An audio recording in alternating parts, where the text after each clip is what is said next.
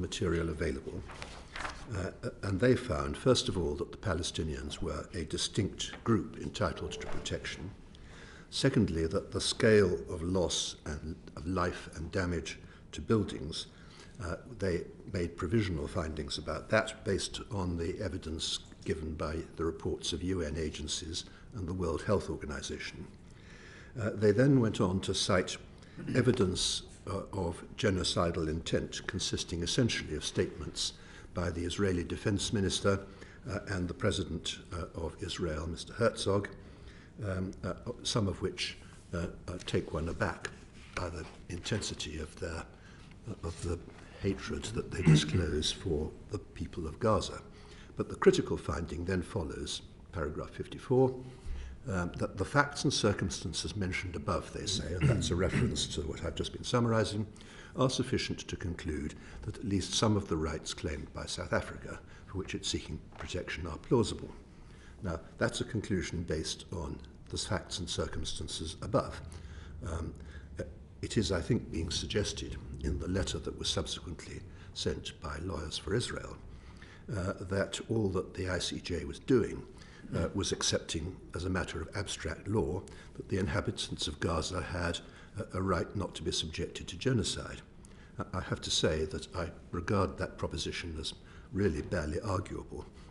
It seems to me absolutely clear that it was a conclusion based on a combination of the interpretation, well-established interpretation of the Genocide Convention and the facts as they provisionally appeared to be. Natasha Hosdorf, I'm going to come to you with the same questions, but I'm just going to step through a couple more with Lord Sumption first, which I'm then going to put to you as well. Lord Sumption, based on that argument that you have given us today, what is the risk that the UK government could be taken to the ICJ and successfully prosecuted if it does not suspend strategic export licenses today?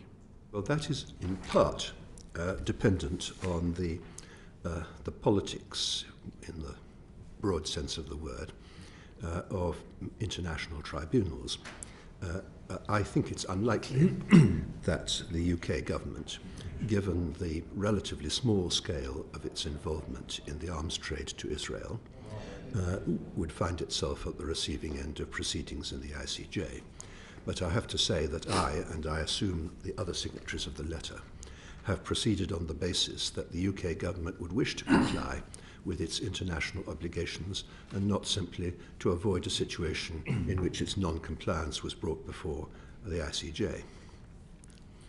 And at the core of your argument would appear to be your interpretation of this phrase around plausible risk. Yes. And you have a different interpretation of plausible risk to the argument that was rehearsed in the letter from UK Lawyers for Israel. Well, I think the difference is as to whether that phrase is referring to the facts of the current conflict in Gaza, or whether it's referring to the abstract question whether people in Gaza have the right to be protected. That is the essence of the difference, and I've explained why it seems to me perfectly clear. Just go back over why you believe your interpretation is the correct one. Because the critical finding of the ICJ in their 26th of January judgment is expressly stated to be based on the facts and circumstances mentioned in the paragraph preceding paragraph 54. And those facts and circumstances are: one, the status of the Gazans as entitled to protection; two, the scale of the conflict and the loss of civilian lives and property; and three, the arguably genocidal intent disclosed by a number of published statements by prominent Israeli government personnel. Thank you. Natasha Hosdorf, can I please put to you the same question? On the basis of the two letters that you have helped sign, could you just set out for the committee why you believe that strategic export licenses should be kept open? Indeed, in fact, there's been further response a third letter, if you will, and a fourth also. Those are addressed, and further details provided in a even more detailed response that I've provided to the committee in writing. I'm seeing some nods around, so I understand that's been received by all committee members. And that document not only addresses the legal difference that you, Mr. Chair, have already drawn out, but also the factual inaccuracies which have been contained in the first and third letters. In respect of this issue of plausibility, which is at the very heart of this difference, I think it's extremely important that we're very clear about what the court said on the 26th of January and what the court didn't say. And my noble and learned friend has in fact correctly stated previously the finding of the court in its provisional orders measure. He gave an interview on Sky News a few days after that first letter was circulated, where he stated that the ICJ has not held that Israel's guilty of genocide, but what it has held is that there is a plausible case that the inhabitants of Gaza are entitled to the protection of the Genocide Convention. Now that is critical because it is in contradistinction to the claims of that first letter that there was a plausible risk of genocide in Gaza. I want to be clear at the outset, plausibility at the provisional measures stage of the International Court of Justice is a procedural matter. It is not about the alleged wrong being committed.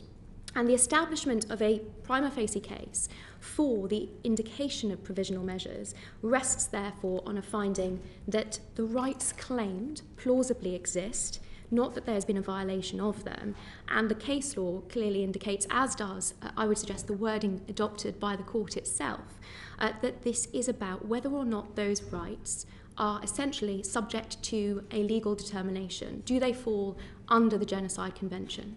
Now, it's very important to understand why it is that these allegations of genocide are being advanced. It is not because there is any currency to the allegations, any real evidence to base this on. They've been advanced as a legal hook by South Africa because Israel, as the UK, is a party to the Genocide Convention. That is the basis upon which it has brought Israel to the International Court of Justice. And it's important to understand the origins of these proceedings through that lens when we come on to analyse what it is that the court did in January, which is, of course, supported by its order on the 28th of March. It said it wasn't going to revisit its reasons for the provisional measures. The 9th of April follow-up, so this is the third letter that I referenced, fundamentally also, I'm afraid, misinterprets the necessary conditions for the indication of provisional measures, and this is under Article 41 of the court statute. Now, the plausibility test was first introduced by the court itself as a parameter. This was in the pulp mills case, because provisional measures give rise to obligations on states. And the court needed to satisfy itself, therefore, in the first instance, that there was a plausible case for the existence of the right claimed by the applicant. That was the wording used in pulp mills. And in the obligation to prosecute or extradite case, the court found that the rights asserted by Belgium were plausible because they were grounded in a possible interpretation of the Convention Against Torture. And in the certain activities in the border area case, the court clarified that what was relevant to establish plausibility was only the plausibility of the claim as raised by the requesting party and not the plausibility of any arguments to the contrary. And the reasons behind this are clear when you read the 26th of January order, and I would advocate the merits of doing so. It is not particularly long, and it is clearly expressed. The court did not make any determination of the issues of intention or of the substance of the allegations that South Africa has raised. It was clear that those were issues for the merit stage, which of course come much later in these proceedings. Now, we also include, both in our response letter and I've reiterated it in the detailed response, a summary on how Article 41 of the Statute of the International Court of Justice works from the established commentary. It says that what is at stake in this context is exclusively whether the claim of the applicant is one susceptible to a legal decision, And put plainly, therefore, the existence of whether a prima facie case rests on whether there is a plausible right claimed by the applicant. And the existence of a plausible right essentially rests on whether a claim of the applicant is susceptible to a legal decision. Again, it's not whether a violation has occurred. I would respectfully insist that reading a finding of plausible risk that Israel is committing genocide disregards the court's unambiguous statements, in particular at paragraph 30, where it says it is not required to ascertain whether any violations of Israel's obligations under the Genocide Convention have occurred. The court's task is to establish whether the acts and omissions complained of by the applicant appear to be capable of falling within the provisions of the Genocide Convention. And in the court's view, some of the rights claimed by South Africa were. That is as far as the court went. None of the acts alleged were found to be plausible or likely or arguable or at risk of happening. The real and imminent aspect of the irreparable prejudice that is referred to in later correspondence by the writers of that first letter, this refers to paragraph 74 of the Provisional Measures Order, is crucial for the justification of provisional measures, and it exists as a matter of course wherever genocide or ethnic cleansing is being alleged. So again, that, I'm afraid, does not assist with the inserting of the plausible risk of genocide into these findings. The condition of urgency has always been found on these sorts of cases. However, if the writers of the letter were right, and despite the very clear wording of the court, one were to encourage the committee to read in findings that were not the case. The committee's just been referred to paragraphs, I believe, 45 onwards. Now that contains several paragraphs of very inaccurate information which has been put before the court. Now I think it's clear that the court simply didn't factor this into its decision making with respect to plausibility in any event. But if you are being asked to consider that it did, then I would certainly urge pause and circumspection, because included at paragraph 46 are references to casualty figures which have been serially debunked.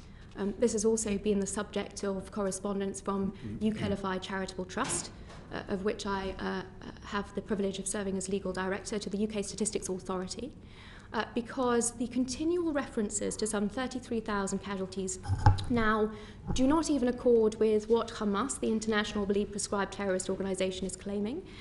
They have indicated about a third of those they don't have identifying information for. And so we're looking inevitably at a much lower, something in the region of 22,000 casualties that are claimed even by this internationally prescribed terrorist organisation.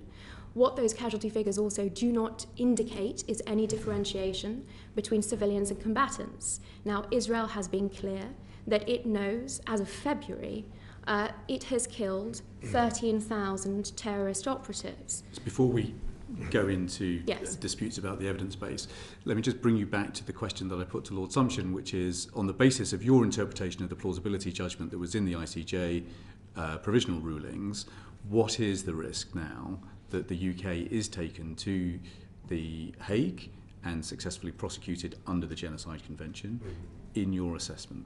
The first thing to be clear about is that the Provisional Measures Order applies between South Africa and Israel. So it does not... Indeed, but Nicaragua has now, for example, taken Germany to... Well, indeed. That was the first thing.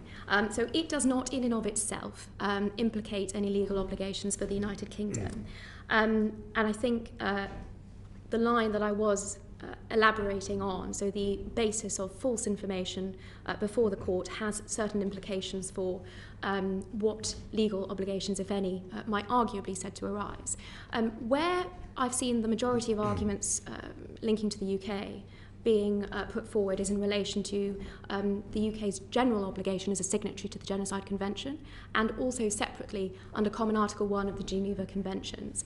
And Germany's response to the case brought by Nicaragua is instructive on this. It provided a very comprehensive rebuttal on the issues of complicity. The Bosnia genocide case has been referenced. I mean, it's clear in that case that at least acted knowledge awareness of the specific intent of the perpetrator was required.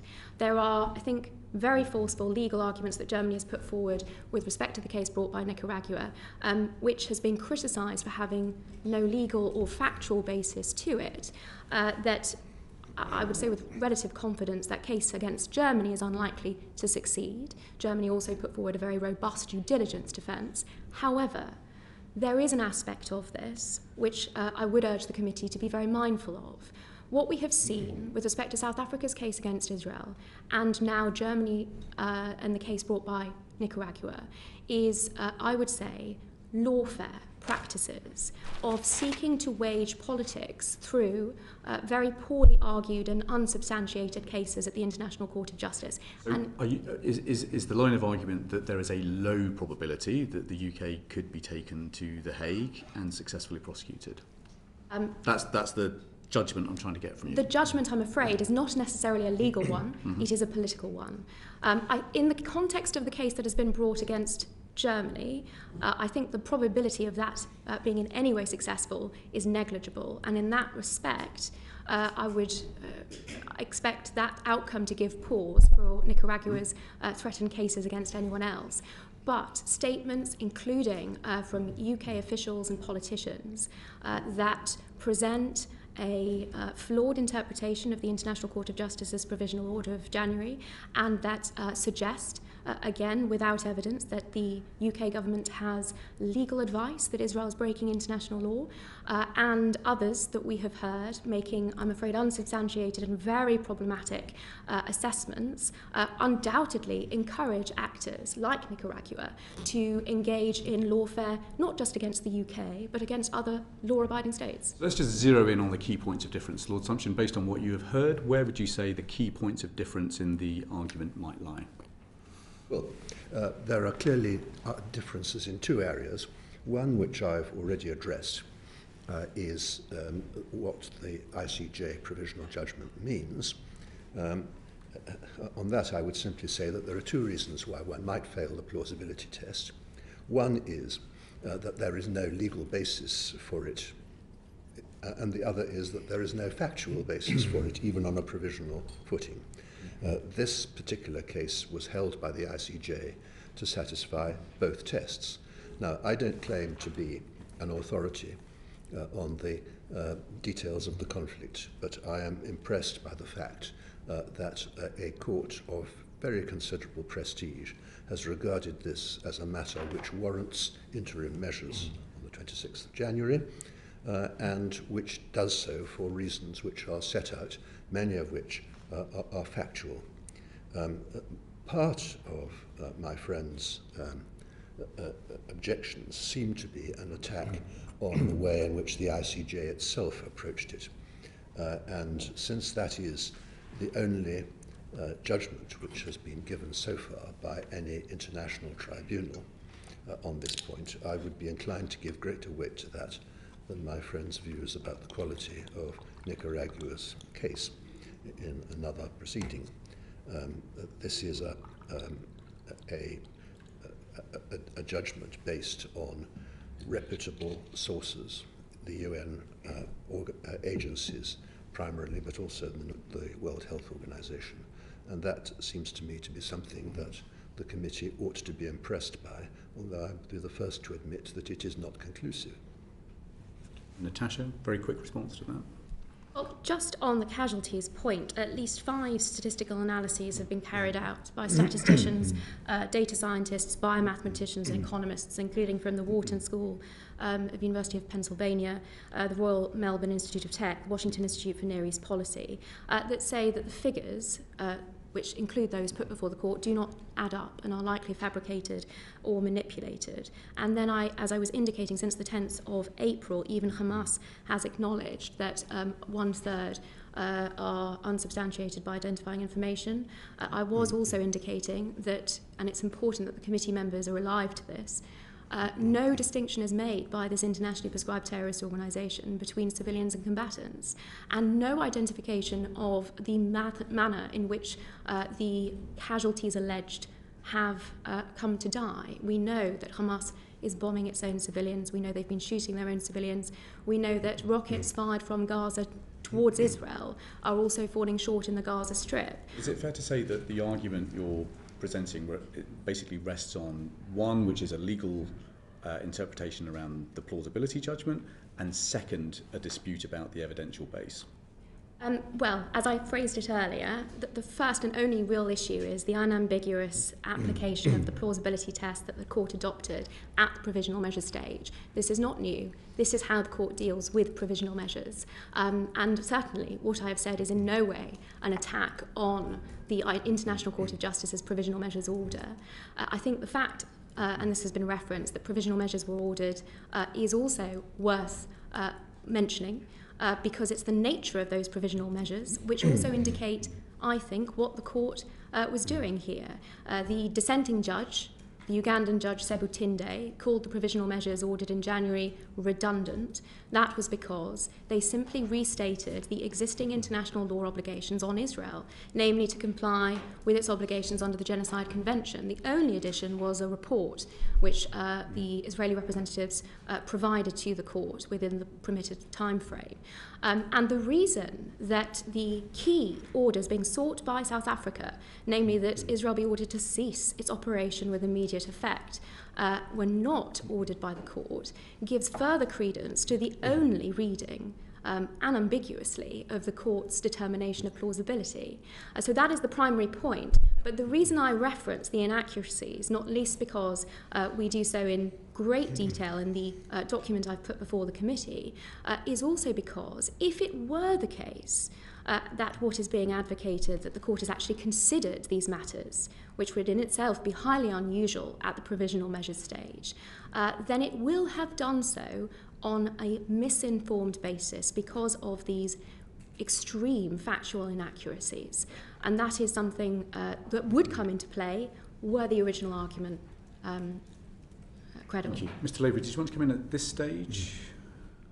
I want to just ask with reference to the High Court judgment this week, or the High Court proceedings this week, because documents revealed in the High Court proceedings this week challenging the export of the UK weapons suggest that the Foreign Secretary Lord Cameron and the Trade Secretary Kemi Badenoch authorised UK arms sales to Israel a number of days after the airstrikes which killed charity workers with the World Kitchen in Gaza, including, as we all know, 3 British citizens.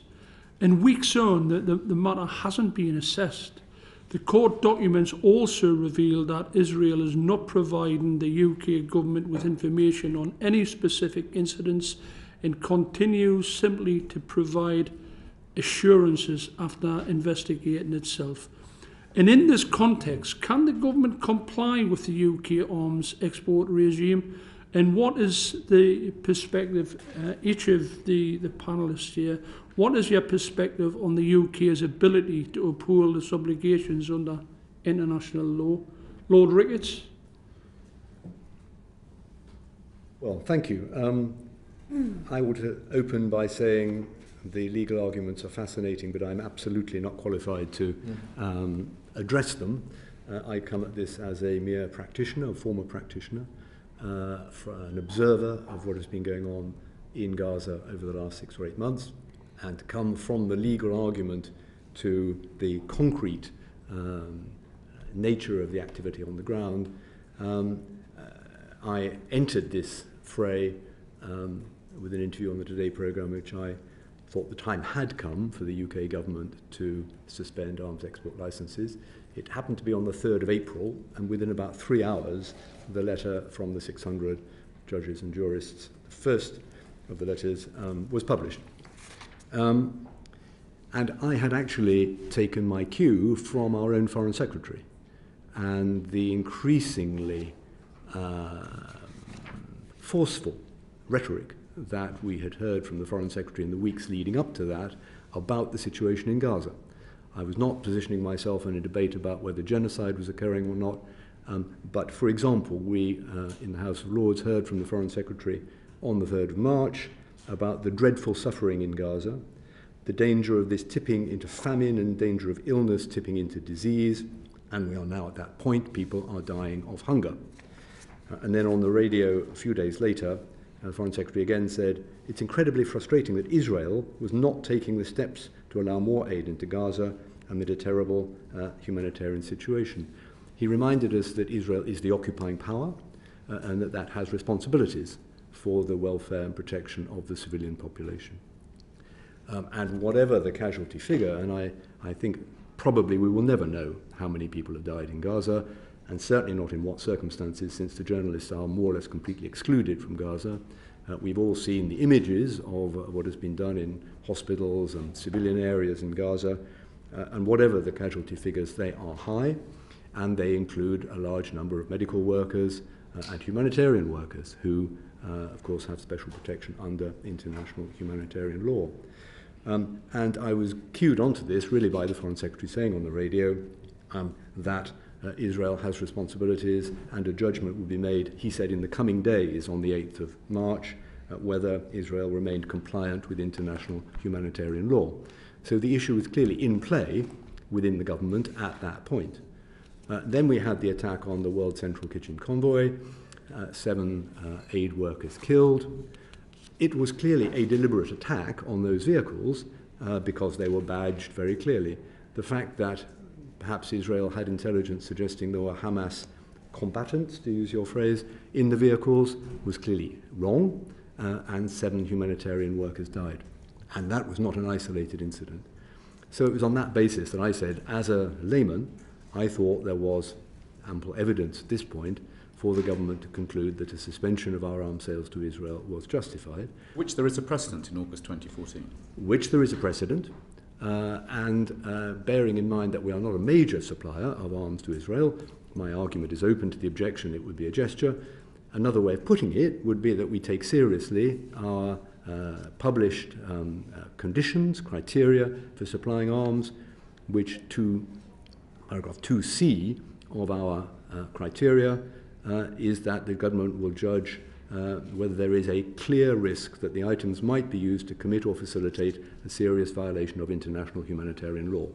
That's the bar the government have set themselves, and that's why I said that I thought the time had come to conclude that, recognizing that I was a layman, and we've now subsequently had the Foreign Secretary saying in Washington that the government have had a further review of the evidence, and their legal advice shows that they can continue arms supplies for the moment. Okay, fair enough, but I think it was right to put that issue out in public, and that there's been a useful debate afterwards. Lord Sumption? I don't think that I can add to what Lord Ricketts has said on that point in answer to your specific question. I agree with him. You agree with what Lord Ricketts said? Yes.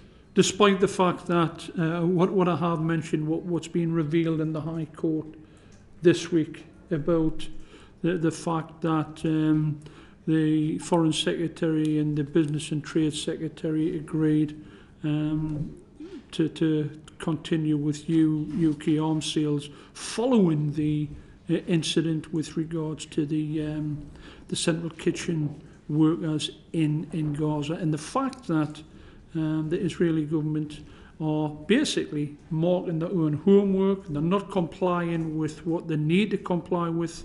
They're not supplying the government with the investigation, the details of the investigation and what happened in these instances, which have been absolutely tragic. I think we'll all agree on that. The view is that still think that the government are complying with the UK arms export regime, and also the UK has the ability to uphold its obligations under international law. I'm confused by this, I've got to say. I don't think, with respect, that what you have just said is at all inconsistent with what Lord Ricketts said a moment ago. That I broadly agree with the points that you have made, and I think that they are essentially the same as the ones that Lord Ricketts has made. The fact is that there has been a lack of discrimination in the Israeli response, which is profoundly troubling and particularly affects the operations of humanitarian agencies like World Kitchen. So I don't actually think that there's a difference here. Okay. If I may come in on that, I think the real issue here is that this analysis or pseudo-analysis is being advanced on a worrying false premise, even on the basis of what came out yesterday. The position, as has been articulated by the Divisional Court in the Campaign Against the Arms Trade case, the judgment that came out in the summer of last year, was clear about the ability of the executive to make decisions on export arms licensing privy to information that is simply not in the public domain. It has the advantage of intelligence sharing by the states that are concerned. In this respect, as in that 2023 judgment, which referenced the assessments of the United States that played a role, were a factor in the government's decision-making process vis-à-vis Saudi Arabia, we have had clear indications from the United States that under its assessment, Israel has not violated international humanitarian law. And indeed, at the press conference in Washington, the the Foreign Secretary echoed a very similar assessment. With respect to the World Central Kitchen very tragic incident, it's extraordinary to hear this described as a deliberate attack, when Israel has been abundantly clear about the mistaken identification and the regrettable mistake of that strike. Now, this unfortunately happens with respect to all law-abiding states. One only needs to think back to a recent, very well-publicised example in 2021 in the context of the evacuation of Kabul and the US strike on an aid worker and his family. It is not the case, and there is no evidential basis to suggest that Israel's approach has involved a lack of discrimination. Quite the contrary. Israel's consistent upholding of international humanitarian law, the principles of necessity, distinction, proportionality, precaution, have been the subject of detailed analyses through past conflicts, especially in the context of the high-level military group, which I believe the committee has already been referred to their past reports, but also in the context of the current conflict. And that must be discerned from the analysis and the conclusions that have been drawn by the government in this instance. There are a number of other issues that have been raised. The reasons I would stress that the casualty figure inaccuracies are significant is that it is on this basis that these conclusions of indiscriminate attacks or disproportionality are being drawn. Now, not only, I'm afraid, is that legally illiterate in terms of the proportionality principle in international law, which is not about comparing casualty figures. It is very clearly about weighing the anticipated direct concrete military advantage of a strike against the anticipated collateral damage. It is an intention-based analysis. It is not an effects-based analysis. But all of these misrepresentations of international law are essentially feeding the mispremise upon which these conclusions are being drawn. Likewise, reference to famine that has been made. As of last night, there were 650 lorries of humanitarian aid post-inspection by Israel that were awaiting distribution on the border inside Gaza. Since the start of this war in October, there have been 24,018 lorries of humanitarian assistance delivered. That equates to 449,230 tonnes. It is, by the World Food Programme's estimates, 3 times there's as much. not anything at all to do with the question that I asked, by the Well, way. these Nothing at all to do with the question that I did ask. Well, Ricketts, I think you were just indicating, and actually there is a question for us actually as to how, given the arguments that you've heard, how in government this matter was settled in 2014 and how government should be working today to make a conclusion. Yes, let me just respond. I'm sorry if I'm legally illiterate, but when I talk about a deliberate strike on the World Central Kitchen convoy, I mean there were 3 vehicles. And images have shown that each was struck with a precision weapon directly on the vehicle. So the Israeli forces intended to attack those vehicles. They clearly did not have accurate intelligence on who was in those vehicles. But that is a pretty critical point. And it may well not be the only case. I think one of the problems the British government has here is it is simply impossible to verify what happens in the tactical engagements that go on constantly in Gaza, often at night, and they've been going on for 6 months. So to say with any confidence that anyone knows what weapon was used, whether conditions of proportionality were met, is extremely difficult. In most conflicts that I've been involved with, the press have been there. Sky News have been reporting from the other side of the front line. Incidents have been very carefully documented. That's not the case in Gaza right now. So there's a great deal of difficulty. On the question of how the government goes about it, I think there was some information disclosed in an action of the High Court, submission by the government to the High Court in December, in response to a campaign against the arms trade case, in which they disclosed that they had set up within the Middle East Department in the Foreign Office a process for examining the evidence and drawing conclusions from it. We were invited to believe that the Foreign Office did an assessment and sent a recommendation to the Secretary of State for Business, and we're being asked to believe that Number 10 has no input into this decision. As a former National Security Advisor, I would be really interested in your reflections on that decision-making process and whether it's an accurate representation of what could be going on now. Well, the decision-making process, when I was still in government, I left in 2016, I suspect hasn't changed very much. That is, it's the responsibility of the business secretary, or whatever the title of the job is of the day, and their department to issue licenses and to be accountable to Parliament for that. And they do that on the basis of advice from the Foreign Office and the Ministry of Defence. So there is a Whitehall process. So no one in Number 10 opines? I mean, I don't recall arms export licenses issues coming to me while I was National Security Advisor.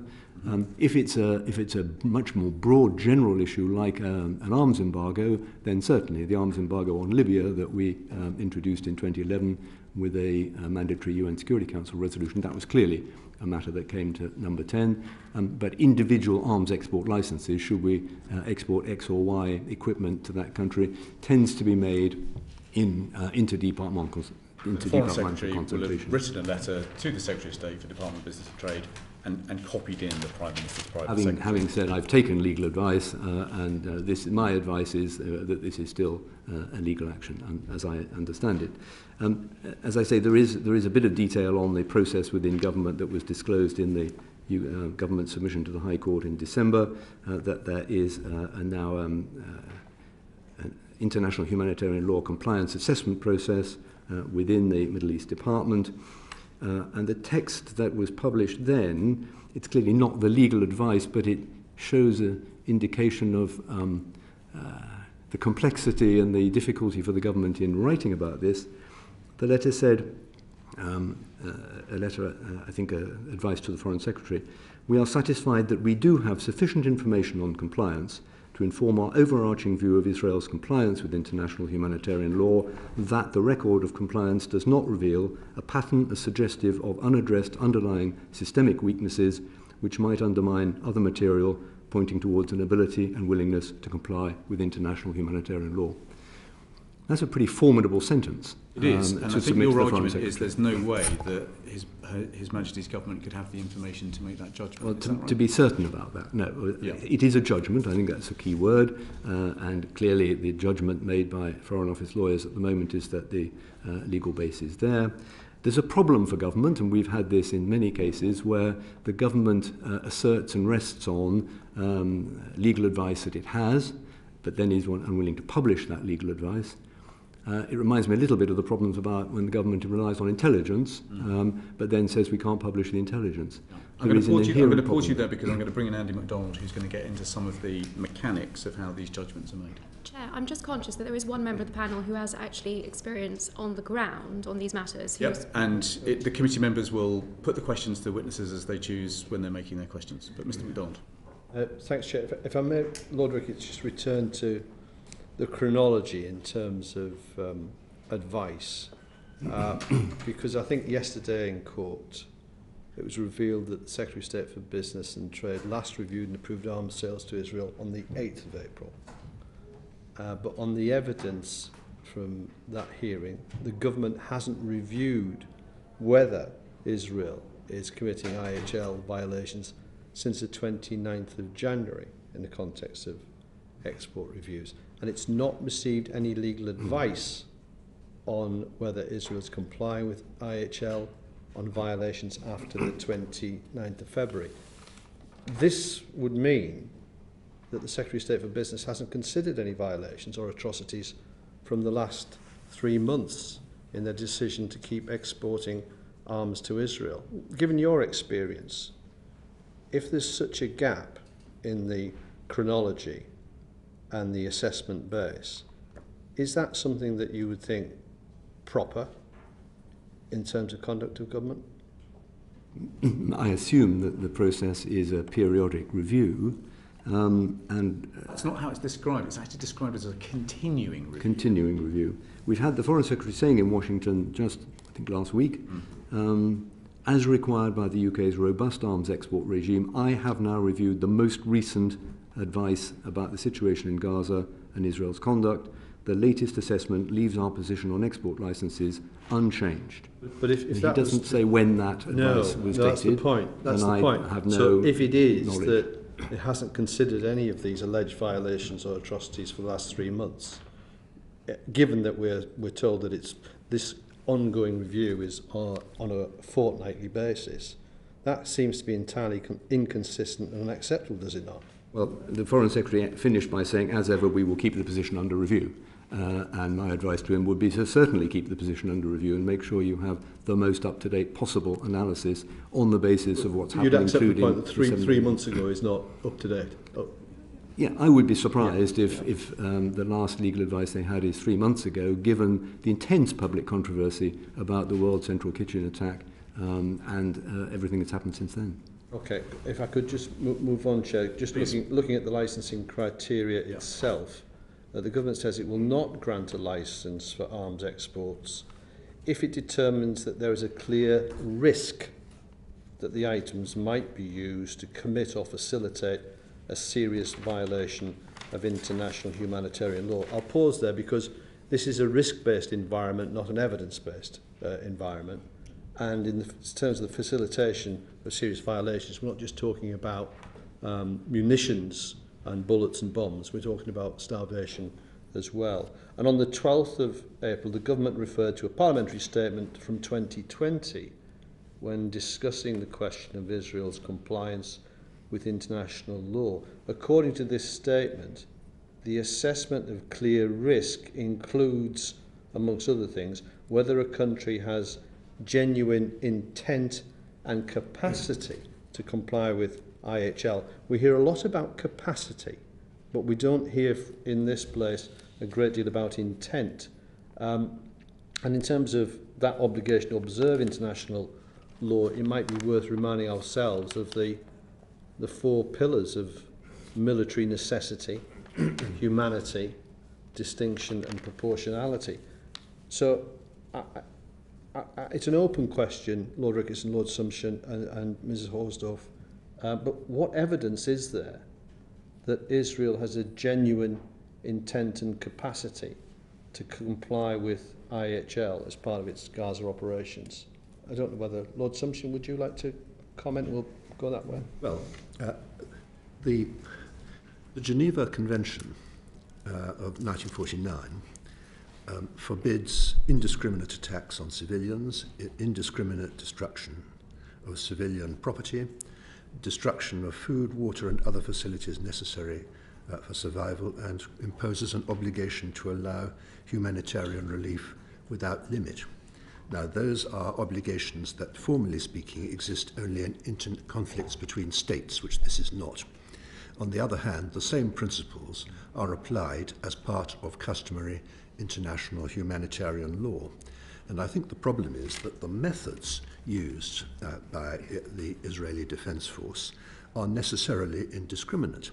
Essentially, what they are trying to do is to eliminate a needle in a haystack by destroying the haystack. Each shard of grain in that haystack is a human life.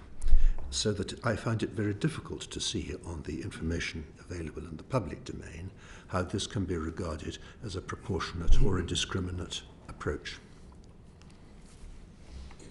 I think if you look at the evidence of what's been happening in Gaza, Israel has complete control over access to Gaza by land, sea and air.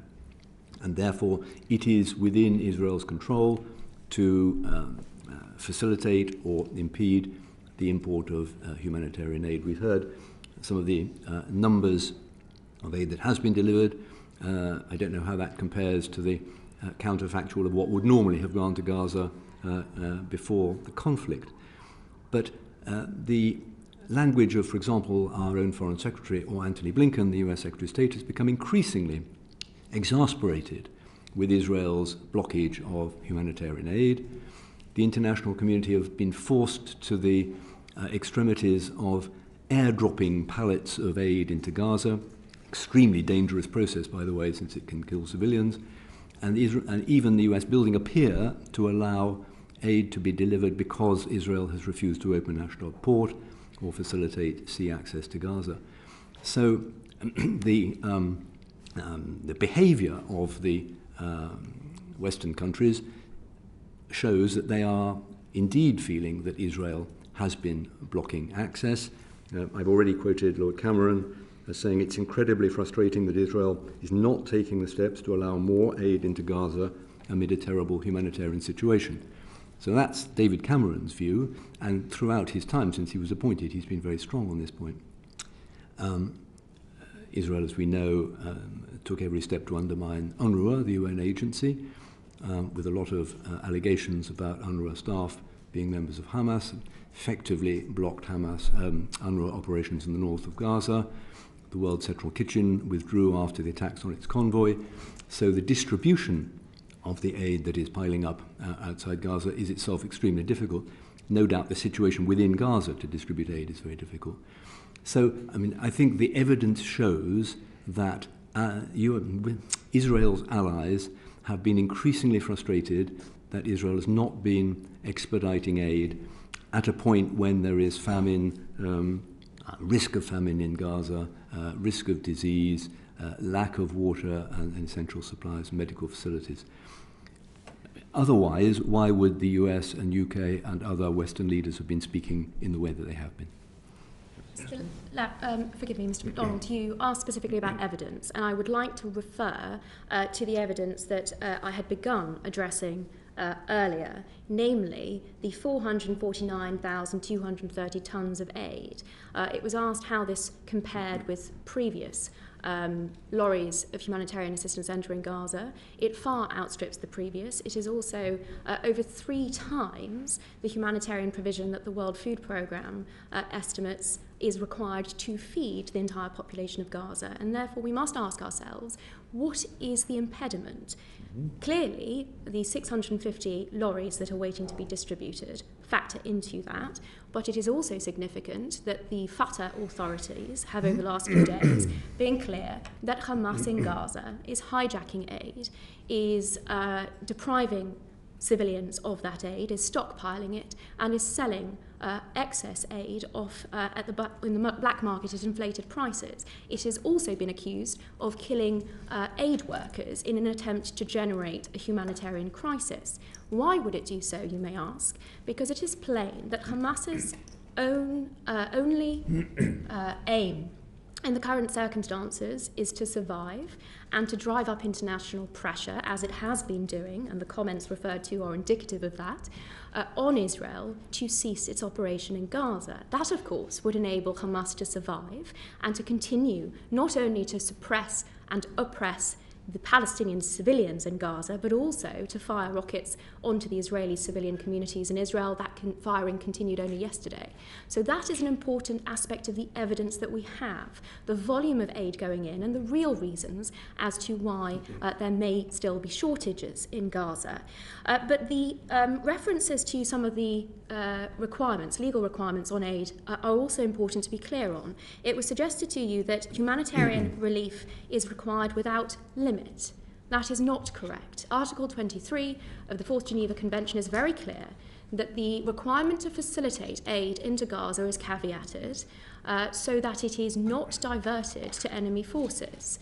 In fact, the requirement doesn't apply where aid cannot be successfully provided without diversion. Nonetheless, as in previous conflicts, Israel is going far above the actual requirements on it. Yeah, I've got it. Well, there are a few other matters, if I may. I've come back to the casualty figures ratio. This is critical because it is the basis upon which it seems all of these allegations are being levied. The reason it's important to have an understanding of how badly wrong, fabricated, manipulated the casualty figures are is because it informs necessarily the casualty ratio that we see in Gaza as regards other armed conflicts around the world. Now, the UN statistics put the civilian to combatant ratio on general armed conflict at a very disturbing 9 civilians to every 1 combatant. For the United States authorities, health authorities in Afghanistan and Iraq, it was 3 to 1 and 5 to 1. Even taking into account the false figures that I've addressed, on any account, because Israel... Colonel Kemp. Indeed, and I would invite you to do so because he has clear experience of this. Yeah. May I just finish this point because it's one I've begun 3 times previously. The casualty figures in this war, in the context of intense urban armed conflict, are unprecedented at around 1 to 1. And that puts the lie to what we have been hearing about indiscriminate strikes or disproportionality, bearing in mind, of course, that it is not an effects-based analysis, but intention. Okay, so there's a tariff of acceptability here in terms of ratios, and you're saying that the 33,000 and rising, as quoted, is inaccurate, and that 2/3 of those figures are women and children, and you do not accept that. Let's bring in Richard Kemp. I will. Colonel Kemp, with your significant military experience, I'd really be grateful for your guidance, because we've heard about this issue of proportionality, and indeed the Prime Minister has said that there are too many people have been killed. I've reminded the panel of the 4 principles of IHL with which they're very familiar, but can I ask your opinion as a military operative, if I can, a renowned and decorated one at that, whether the killing of surgeons in hospitals by sniper bullet as they go about their duties, or the dropping of dumb bombs on residential dwellings in pursuit of a military target, is that within the bounds of accessibility and proportionality?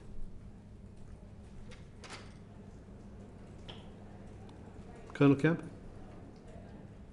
Sorry, I think I got the gist of that. My line is not the best. Oh, okay. I should just point out that I've been in Israel for most of the last 6 months, including spending time on the ground in Gaza on several occasions, observing the actions of the IDF. And I'm here effectively as a representative of a kind of think tank called the High-Level Military Group, which is made up of former chiefs of staff and senior military commanders from around the world. And certainly my observations, my direct observations, as well as my analysis of what I've seen in the media and elsewhere, is that Israel is doing all that it possibly can to comply with international humanitarian law in Gaza. And I've witnessed firsthand exactly the way this is done. I could, but I won't spend your time enumerating all of the different measures that the IDF take to prevent the loss of innocent life on a battlefield. But they are, in my own experience, all the different military forces I've been involved with or observed, far in excess of what most other armies are able to do. And I'll give you one brief example of a case when I was inside Gaza attending a command group meeting made up of 3 generals and a number of other officers who were discussing how best to deal with an important Hamas target that was very close to a refugee center there, a school that was being used to house refugees. And these military officers spent 20 minutes out of the hour meeting trying to work out how best to deal with the target while minimizing the loss of civilian life. And I think that's a typical way that the IDF has been operating, quite contrary to what is the perceived perception.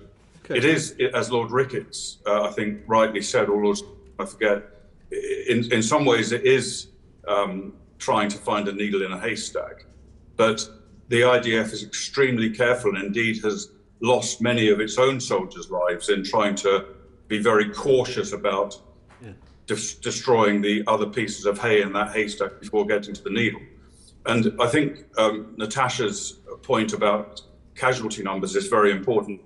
No calculation based on the most recent numbers given by Hamas, which is around about 21,000 civilian casualties, deducting then the IDF's estimate of around 12,000 terrorists killed, leaves something in the region of 9,000 civilians, maybe 10,000 civilians killed in this 6-month conflict, which, when you consider the complexity of this situation with Hamas fighters fighting deliberately from within the civilian population, trying to impel the IDF to kill their own civilians, is, I think, deeply impressive. It's a terrible statistic to have to talk of, but it's deeply impressive and compares, as Natasha has said, very favourably with the casualty rates, civilian to military casualty rates of other other military forces, including the British. You're repeating the point made, and all of these deaths are so terribly regretted. But given your experience, we see the pictures of devastation in Gaza, the physical destruction of buildings. Is that more consistent with a casualty death rate of 9,000 or over 30,000? What does your experience tell you? And secondly, you, like the members of this panel, will have seen those images on social media of the behaviour of IDF soldiers taking great delight at some of the actions that they've taken, and they have horrified us. Now, that would not be tolerated in the British Army. So why have you got such faith in the IDF to observe those basic principles of international law? I think we're having difficulties with the connection, Chair. Yeah, I think, again, I got the gist of that. I mean, I have seen some of these images of IDF soldiers delighting in the situation they find themselves in. And of course, that is totally unacceptable. But I would disagree that you wouldn't find that in other armies. Certainly, we've experienced similar problems with our own soldiers in the British Army, as have the Americans. One thing I would say is that when these events occur, the IDF discipline the soldiers concerned. They don't, in my view, represent the overall opinion of the IDF. They don't it's individual soldiers misbehaving, which unfortunately is what you get in an armed force. And indeed, the IDF Military Advocate General a few months ago warned specifically against soldiers making videos of this sort and distributing them, which is deemed to be an offence in the IDF. Okay, thank you very much. Charlotte Nichols. Thank you, Chair. We spoke before a bit around the government's application of the strategic export licensing criteria having been the subject to judicial review, and where these decisions have been taken previously in reference to Saudi Arabia during its military operation in Yemen. I'm interested to know from the panel members if you believe that recourse to judicial review is the most appropriate mechanism for challenging licensing decisions, and what other options there should be, if any, either for Parliament itself or for bodies outside Parliament, such as the Campaign Against Arms Trade. If I could start with you, Lord Sumption. Judicial review has its limitations because it's not the function of the court on judicial review to substitute its own judgment for that of the responsible minister. I think that judicial review has an important place part to play, especially in cases where it is being alleged that the minister has taken a perverse line, but actually by far the most important measure, restriction on government, in my view, is its responsibility to Parliament, and that highlights the significance of the deliberations of your committee. Ms Hausdorff, if I come to you next. I think judicial review is appropriate, but ultimately the check of judicial review is whether the proper process has been followed. Ultimately, the question of whether Israel is complying with its international humanitarian law obligations is one that is best assessed by the executive, and this was made clear by the Divisional Court in the campaign against the arms trade case and its judgment last year. That's because an assessment such as the one we've been discussing involves judgments about targeting, the appropriateness of targeting, which it must be said that the people with the best expertise on those issues reside most likely in the MOD, perhaps also the Foreign Office, and are indeed the officials who have been conducting in conjunction with lawyers the assessments which the government has been relying upon. I would actually highlight paragraph 166 of the Divisional Court's judgment last year, which I think clearly spells out the division of responsibilities. What we have seen, unfortunately, in a number of judicial review applications that have been brought on these issues, is an attempt to put forward a correctness review, as opposed to the proper process of judicial review, which is to assess the process by which government officials and the executive has conducted this. And in that respect, I would draw one example to highlight why it is so important that these assessments are made by experts with access to the closed material, which those bringing these claims simply do not have. And that is because arguments like, when one looks at the physical destruction of buildings, there is only one conclusion that can be drawn as a result, lead to a misinformed basis upon which to draw conclusions and to base analysis. It unfortunately fails to take into account the reasons for such widespread destruction, namely that Hamas in Gaza have been using every second civilian house as part of its terror infrastructure, have been turning mosques, schools and hospitals into terror bases. I'm trying to keep this just to the judicial review itself. But that is an example of assessments which are unfortunately conducted without proper information, on the basis often of false information in the public arena, which have clearly informed some of the applications that have been brought. Thus far, I think the court has been dealing with them appropriately and relying on the information provided by government, often unfortunately in closed proceedings. And that leads on to an assessment of whether there is any alternative, and Parliament has been suggested as an alternative. And I think we run into the difficulty here that necessarily these decisions are based on sensitive intelligence that is shared, in this case, of course, by Israel, that would not be perhaps as comfortably shared if the intended purpose was that that information would be provided outside the executive. So unfortunately, judicial review is perhaps the only appropriate mechanism for the kind of analysis that we're considering. Well, I disagree on that, because I think it's unsatisfactory that a decision should be taken just by the executive on the basis of material that can't be made available to the public in an area which is as important and as sensitive and controversial as this. So I rather agree that I'm sure judicial review has its place, but the real place to hold ministers to account is here in Parliament, because these judgments are all made in a broader context. They all are judgments. They require political judgment of complex facts. And even if all the complex facts can't be made available to Parliament, at least the minister can be held to account for the judgments that he or she has made. I mean, that's where we've come to, basically, on issues to do with use of force and going to war, as it were. And we've got to the point where it's now pretty well customary to publish at least a summary of the legal advice. The Iraq War, of course, in the end, the full legal advice was produced, but only 2 years later. And I think in this case, I mean, if I can just reinforce the point, I think the role of this committee, particularly in holding ministers to account where they have made judgments, as Lord Cameron has and the Business Secretary in this case for Israel, come here and explain, as far as they can in public, the basis on which they made that judgment. Because in the end, these are political judgments. So I think more parliamentary scrutiny would be right. It's also worth pointing out that the criteria for arms export decisions are now formidably long and complex. You know, they run to many pages, and so making a judgment on them, you know, is something that ministers have to do against a very complex background. And I think parliamentary scrutiny of that is probably the best way to give the public confidence that it has been done as well as can be expected in the circumstances.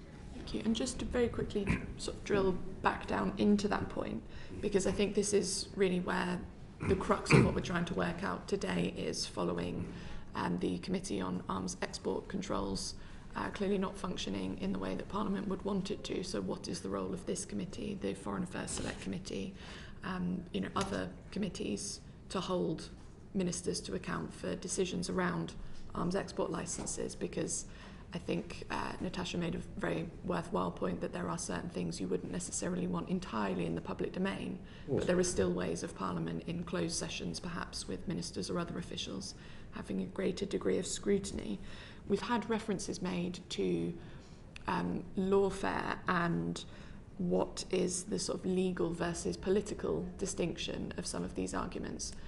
Do we kind of get ourselves into a territory of arguing about whether or not we can, rather than whether or not we should, make decisions around this, in your view?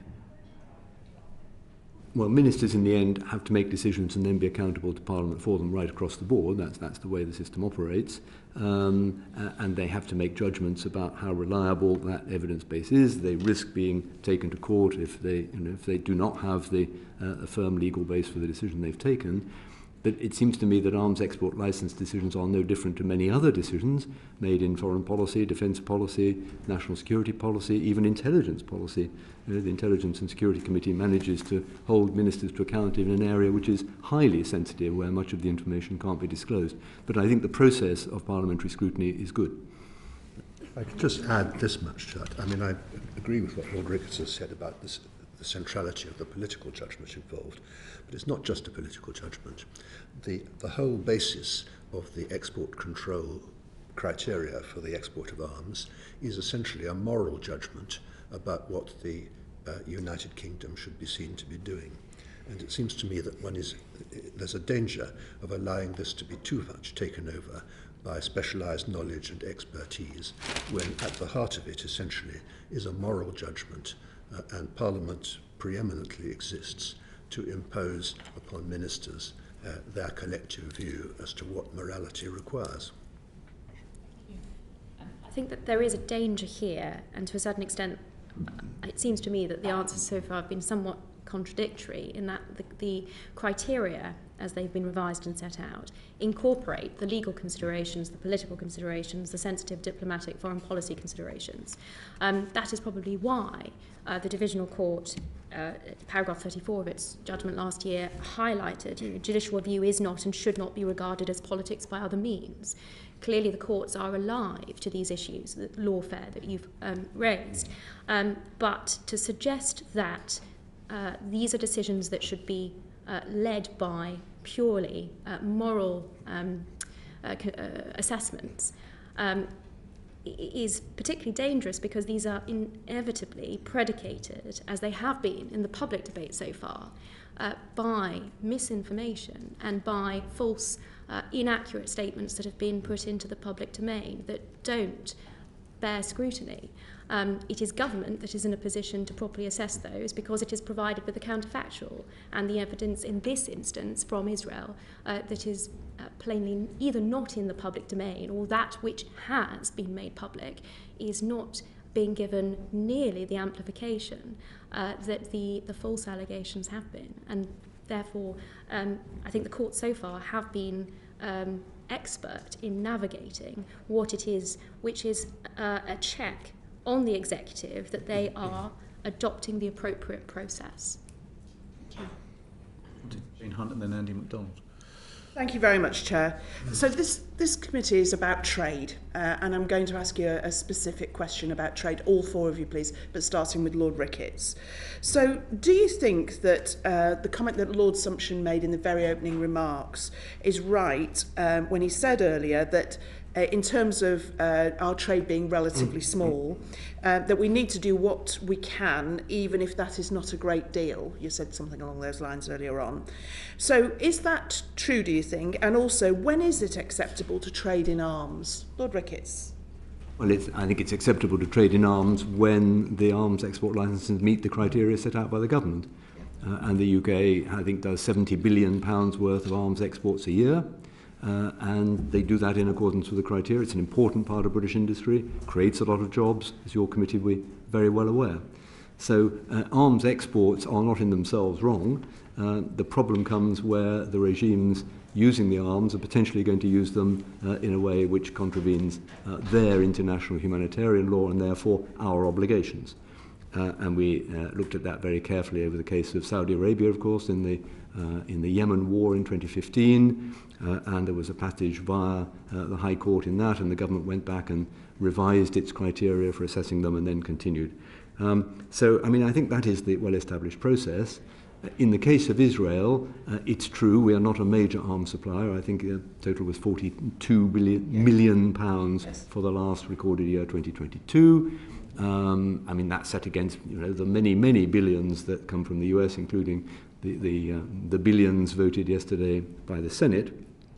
And therefore you could say it's a gesture. I would say that the issue is not so much the volume, it's whether we are comfortable, the government are comfortable that the criteria are being met, and if the criteria are not being met, even if it's only a very small part, then we should have the courage to stand up to our principles and accept that.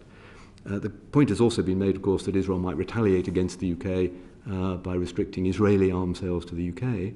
I am not clear, actually, the extent of Israeli arms sales to the UK. I've looked at the Israeli websites. They disclose the global totals of Israeli arms sales, but not the individual details, so I don't know that. But in any case, I think if we have a principle, we should stick to our principle. If the government did decide that the international humanitarian law compliance issues were not being met, then they should have the courage to go ahead and suspend the arms sales.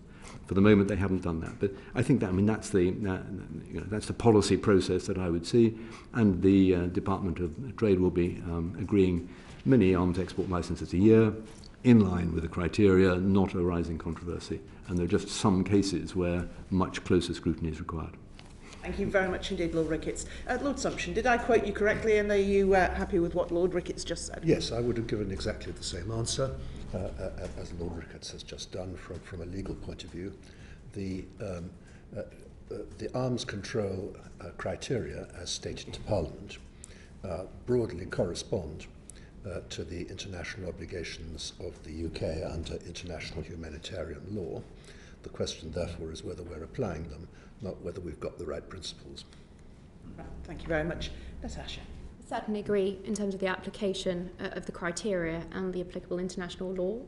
What would the implications be if, despite the government's assessment so far, consistent also with the United States that Israel is complying with international law, what would the implications be, and what are, in fact, the implications of the sorts of calls for suspension of arms? Well, I think there are significant political and diplomatic ramifications, and we have seen only 2 weekends ago an unprecedented, a direct attack by Iran on Israel, which many have, I think, correctly suggested has been as a response to the sort of encouragement that Iran has taken from the rhetoric. It was referenced earlier from the United States. It has also in part been coming out of the United Kingdom vis-à-vis the application of international law in Israel's continued operation in Gaza. That has very real consequences for how emboldened Iran has felt.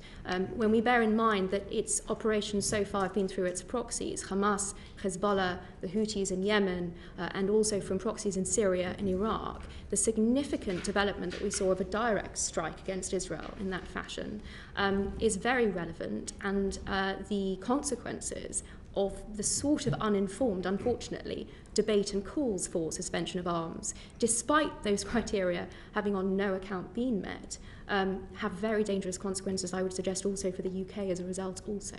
Okay, thank you. May I just respond to that? Yes. I mean, it seems to me a rather strange argument to make that Iran decided to attack Israel because of arguments made in the US and UK about potential suspension of arms sales. I think a much more likely reason that Iran attacked Israel was because Israel attacked the Iranian consulate in Damascus and killed 13 people in the Iranian consulate in Damascus. If it hadn't done that, I don't think Iran would have attacked Israel. Well, I think it's Okay, very... forgive me. Forgive me, I think... I didn't want to start a political argument. I was questioning. going to talk about trade. Yeah. I do appreciate that, but the committee has just been told something that I'm afraid is untrue. The committee is perfectly capable of making judgments about the evidence that we receive. Jane, do pursue the question. Colonel Kemp, please.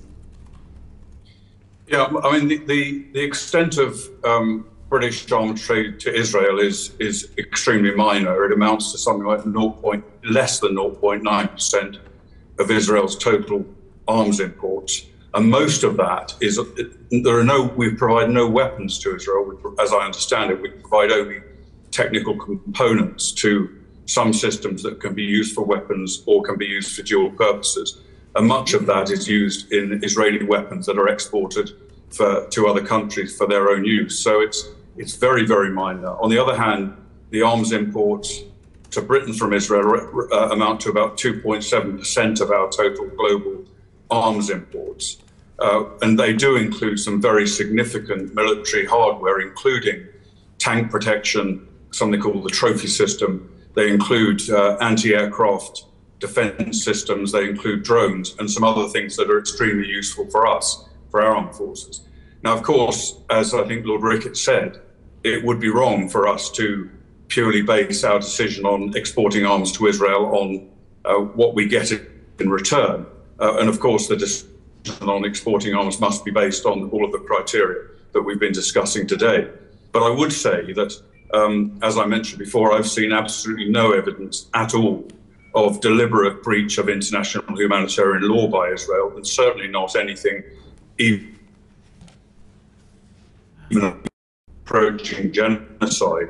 We should bear in mind, I believe we have as again, Lord, we have a moral obligation and perhaps a legal obligation to protect countries against genocide under the Genocide Convention. And in this case, we don't have a country, in my estimation, Israel, that is coming anywhere near committing genocide or attempting to, but we do have a country, Israel, that is defending against genocide.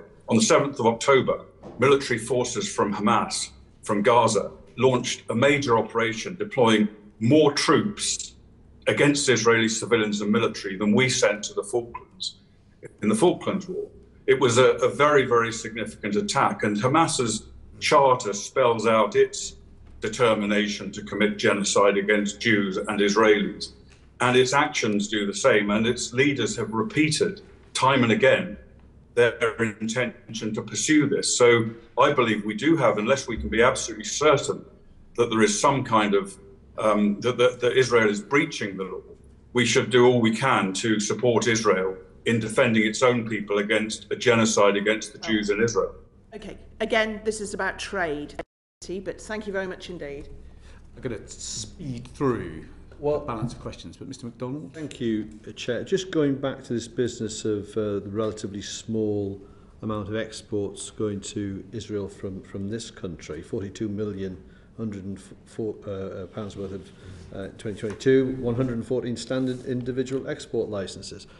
But Lord Ricketts, Lockheed Martin is the lead contractor for the F-35, and that's built through an international coalition with 15% of the value of all 50 F-35s made in Britain. And Lockheed Martin themselves said the fingerprints of British ingenuity can be found on dozens of the aircraft's key components. Now, the intellectual property may have gone, but isn't there still that obligation upon the United Kingdom to, with reference to that significant contribution, to think about steps, even though it may not have a particular impact now, to demonstrate that commitment?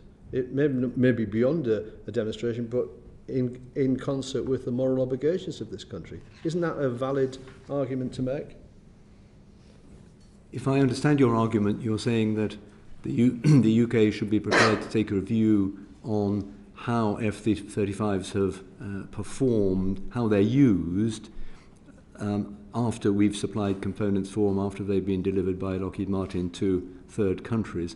I mean, that gets us into pretty difficult territory, I think, because there will be British components in very many armed systems around the world, many made by the US. And I think the capacity of the UK to dictate how a weapon is used that has some components from the UK in it is quite limited, actually.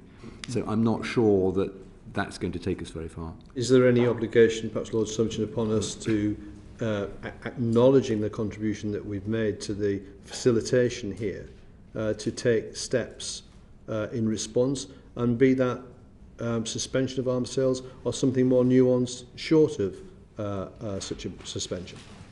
Well, legally, we have to do what we can. We are not required to do things that are likely to have no or negligible impact, but we are required to do what we reasonably can, and that includes assessing the effect that our decisions may have on other people who supply arms to Israel.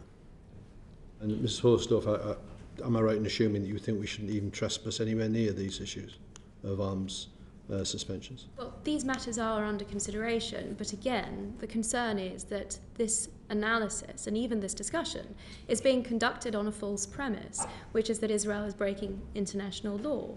Morality has been mentioned a number of times around this discussion, and it is significant, the point that Colonel Kemp makes, that there is an entity that has been subject to acts of genocide by Nukhba forces, the Hamas terrorists and other terrorists that crossed the border on the 7th of October.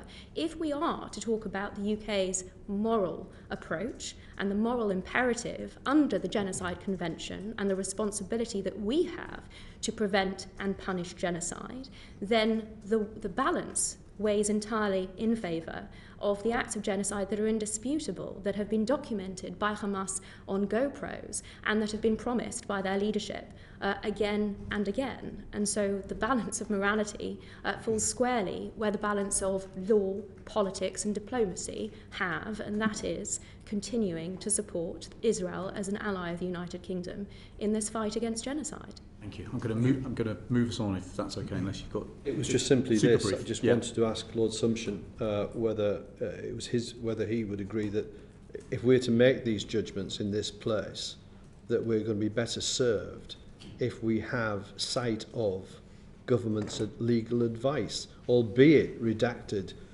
in terms of those matters that are going to cause difficulties. But surely, if we're to make an informed statement or come to a judgment in this place, we should have sight of it, should we not? Well, I entirely agree. I mean, I have expressed my own view of the law, which is based on pretty careful study of the legal materials.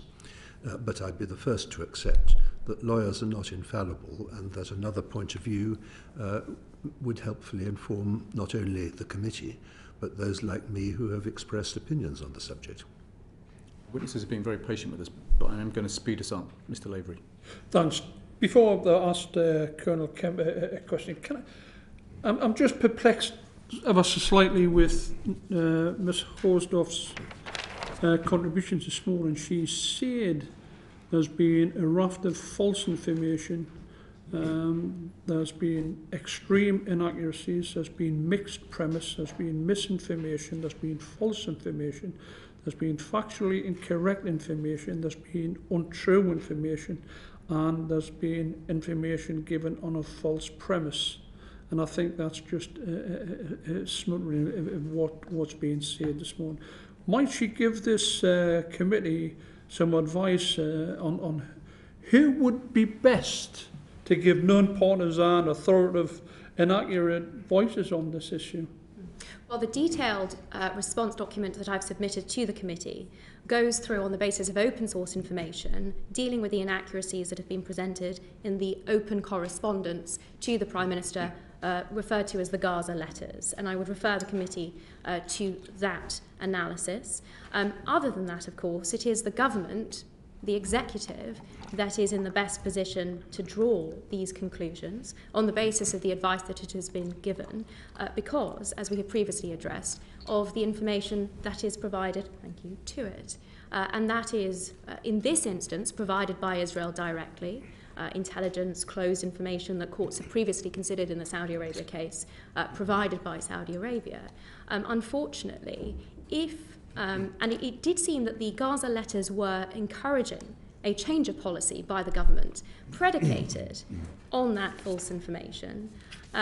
If that is to be taken into account in any respect by the committee, then I would encourage it to consult that detailed response document carefully to understand where it is deeply misleading.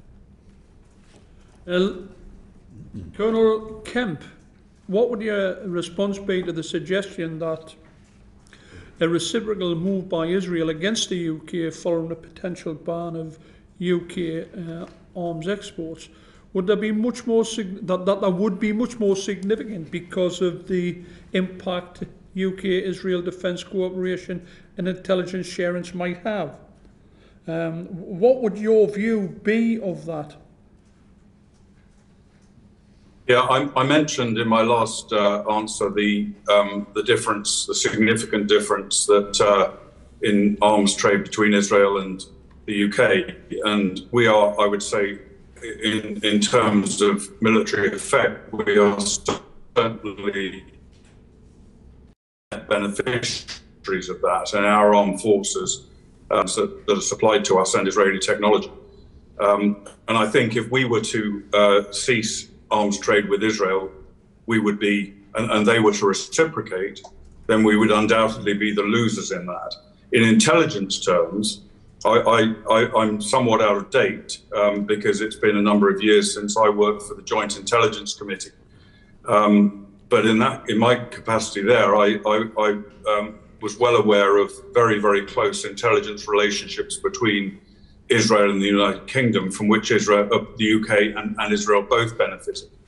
And certainly from my understanding from media reports in recent years, many, many British lives have been saved by Israeli intelligence, both here in the United Kingdom and in places like Afghanistan and Iraq.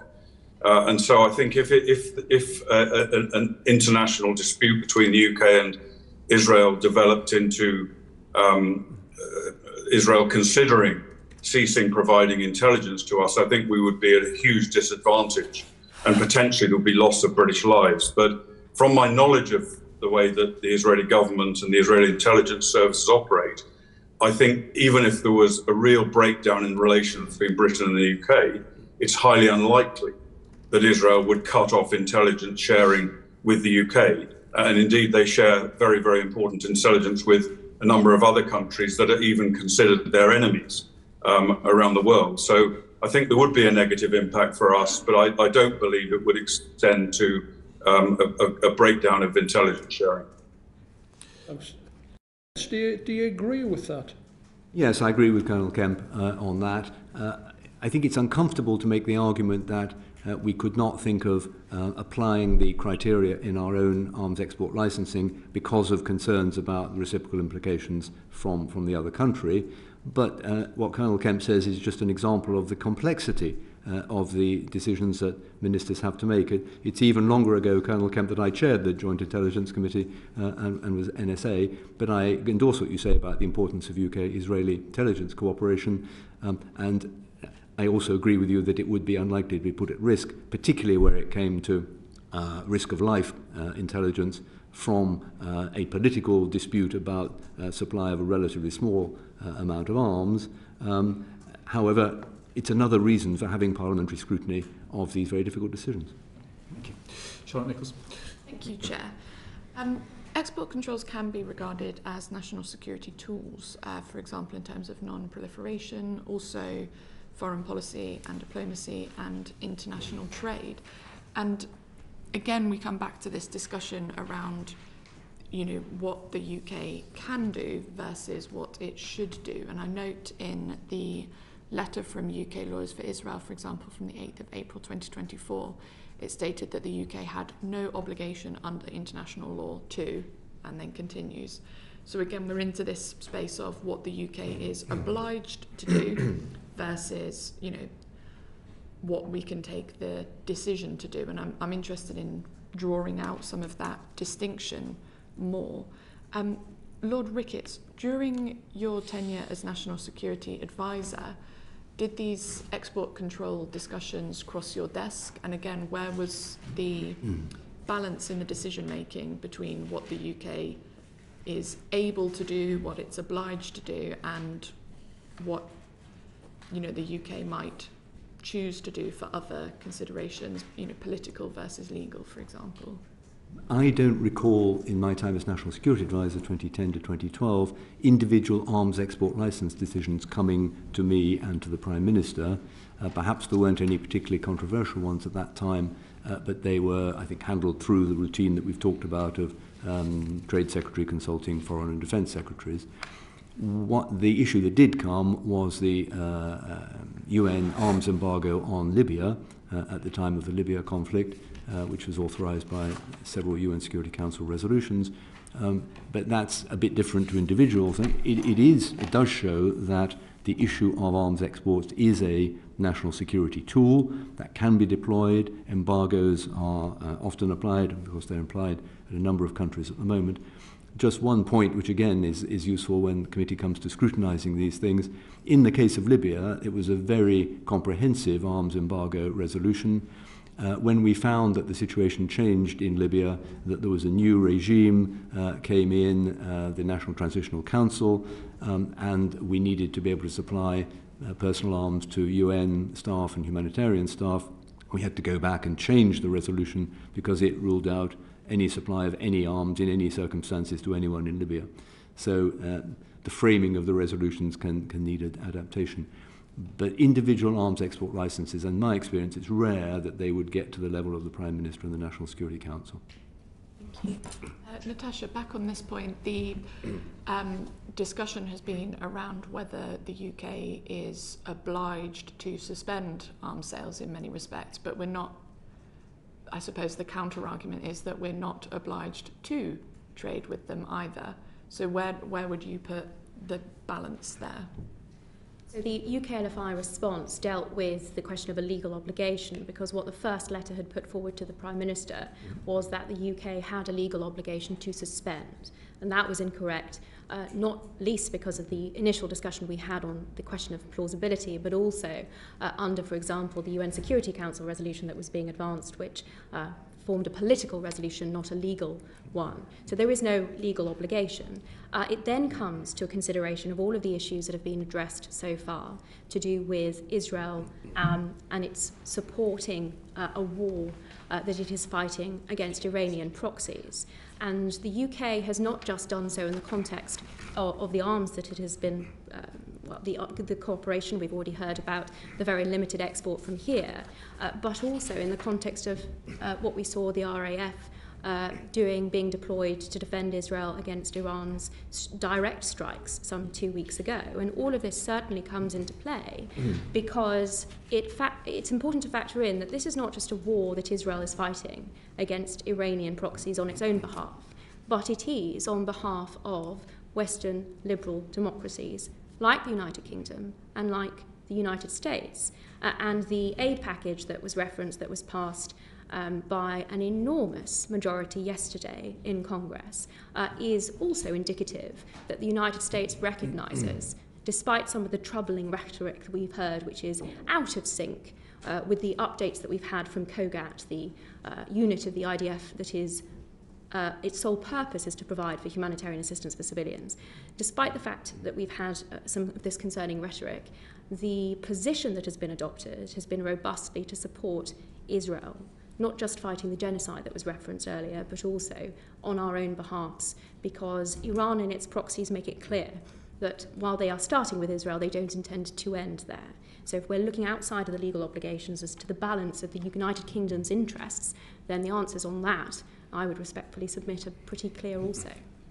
Lord Ricketts, do you think that we could use our export controls in a more strategic, advantageous way, outside of, again, the legal argument about whether we can? Again, I'm back into the should argument, I suppose. Well, I think the debate we've had for the last 2 hours shows the difficulty of using arms export licenses as a political tool or a strategic tool, to use your word. In the end, it is essentially a political judgment made on the basis of legal evidence, and I think it's best to leave it like that. I mean, you're right that the whole issue of arms sales is part of the foreign policy of the UK towards a particular country. For many years it was very controversial with Saudi Arabia. There were great concerns about what Saudi Arabia was doing in Yemen, and then a few years later we find that the UK is part of a coalition striking Houthi targets in Yemen because the Yemeni militias are attacking shipping. So it's a very, very complex world. Things do change. I think it's best to leave arms export licensing where it is as a political judgment made on legal criteria as best as ministers can, and subject to debate and scrutiny and challenge in Parliament, if necessary in the court, and not try and use it for wider leverage purposes, which I think gets more and more difficult. Thank you. Lord Sumption, anything you'd like to add? The obligation legally is to do what we can. That undoubtedly leaves a margin of judgment to the UK as to what the best way of doing this is. But it's clear that they are obliged to do something. And arms sales have this special feature, which is not present in other kinds of sanctions, which is that they are concerned with material that is directly being applied in the military policies that at least arguably, and I think very probably, break international humanitarian law. Thank you. Mr. Higginbotham. Thank you, Chair. I want to follow up on some points that Charlotte Nichols and actually Andy MacDonald were talking about earlier, and then I'll move to another point. And this is on this strategic approach to arms exports and whether there's any risk there. And Lord Ricketts, I'll address it to you if that's okay, because I think it's probably most pertinent to your experience. When we were discussing earlier, and Andy MacDonald mentioned it about this, the F-35, and it's got component parts made here in the UK, and we were talking about the difficulties we would have if we were to try and extrapolate from that end use. I was reminded of a case with Germany a year or so ago and the export of Typhoon to Saudi Arabia, I think it was. Is there a danger if we go down that route and apply more discretion rather than the published criteria, we become a less reliable partner when we're trying to come up with international consortiums to do some of these things that we just can't do on our own? Well, I think you raise a very important point, because as arms become more and more complex and more expensive, it's going to be more and more the case that they are produced by consortia of countries. And the Typhoon example is a very good one. There are others in the land vehicle area as well, I think. And I would not want to see a position where the UK routinely took a different position from its allies on how weapons that include UK components could be used. I think it's important that we have a collective approach to that. So I think that you're right to highlight the point, but if you are going to join a consortium of countries who manufacture an advanced weapon, you have to have confidence, I think, among your partners in their arms export policies, so that you don't find that the arms that include some of your components have been delivered to countries whose human rights record, international humanitarian law record is bad. And I think we discovered that Germany's tolerance level was probably, whatever it is, higher or lower. I mean, they were more sensitive to the use of the Typhoon aircraft than perhaps the US and the UK and other members of the coalition were. I think you've got to have a hard-headed, pragmatic judgment and base your coalitions of producers on judgment and trust that countries will have, a similar approach to arms exports as we do. And I think that's largely been the case. I mean, we've been involved in many collaborative arms export or arms development projects over the years. Many of them have been exported, and the cases where we've had serious difficulties with our partners has been very, very limited. So it's an important issue of principle. I think in practice, it's capable of being resolved.